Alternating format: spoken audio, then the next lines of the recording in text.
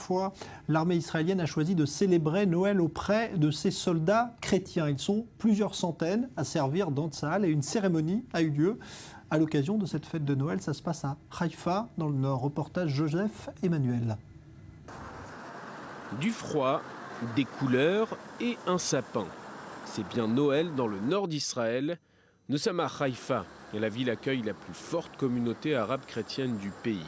Nous nous trouvons dans l'ancienne colonie allemande de la ville de Haïfa, l'actuel quartier chrétien de la ville. C'est donc tout à fait naturellement que l'armée a décidé de rendre hommage à ces soldats chrétiens à quelques pas d'ici, dans l'amphithéâtre de la maison des soldats. Devant l'entrée, les soldats se retrouvent. Certains ont fait leur classe ensemble, d'autres sont des amis d'enfance. Certains se sont engagés comme soldats, d'autres comme policiers, mais tous font partie des quelques centaines d'Arabes chrétiens à s'être enrôlés dans les rangs de l'armée d'Israël. À l'intérieur, l'armée a organisé une collation pour fêter Noël, puis direction la salle de spectacle. Les gradés font leur entrée et la cérémonie peut commencer. Au programme, un petit film pour rappeler ces moments passés ensemble dans les tout premiers mois de leur service militaire, puis les inévitables discours, les applaudissements au discours, une petite vidéo également du Premier ministre Netanyahou, directement adressée aux soldats issus des minorités. Inutile de vous dire combien votre action est importante. Et bien entendu, on se souhaite un joyeux Noël. Tino est un arabe chrétien de Haïfa. Il est le plus jeune enfant de sa famille, le seul garçon aussi, et c'est à 22 ans qu'il décide de s'enrôler dans l'armée. Il devient ainsi le premier de sa famille à servir sous les drapeaux de l'État juif. Servir dans Tsahal, c'est très important pour moi et pour le pays. Les chrétiens vivent pleinement dans l'État d'Israël et nous devons donner de nous-mêmes. C'est notre obligation en tant que soldats combattants pour défendre les citoyens. C'est une fierté de représenter le pays.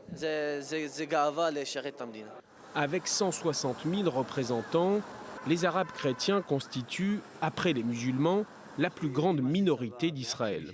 Mais seuls quelques centaines d'Arabes chrétiens ont décidé d'inscrire leur nom dans l'histoire de Tsahal et donc dans l'histoire du sionisme. Wadi est commandant, il sert depuis 26 ans sous le drapeau d'Israël. Lui n'est pas chrétien, mais il fait aussi partie d'une minorité, la minorité druze. Israël est un pays juif et démocratique, et cela est représenté dans l'armée. La plupart des minorités reçoivent un traitement qui leur est favorable. Ils occupent des postes clés, même dans le gouvernement.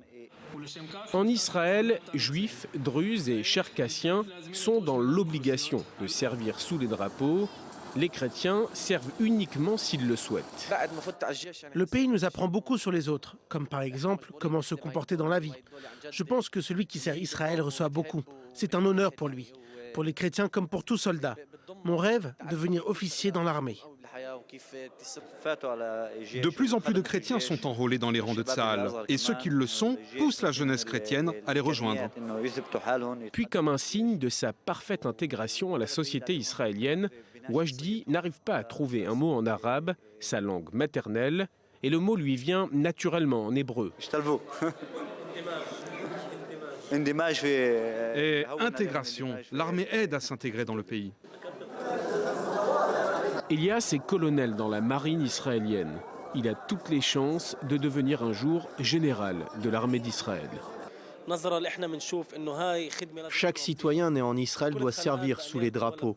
Toutes les minorités aussi, musulmans, chrétiens, druzes et tous les juifs bien entendu.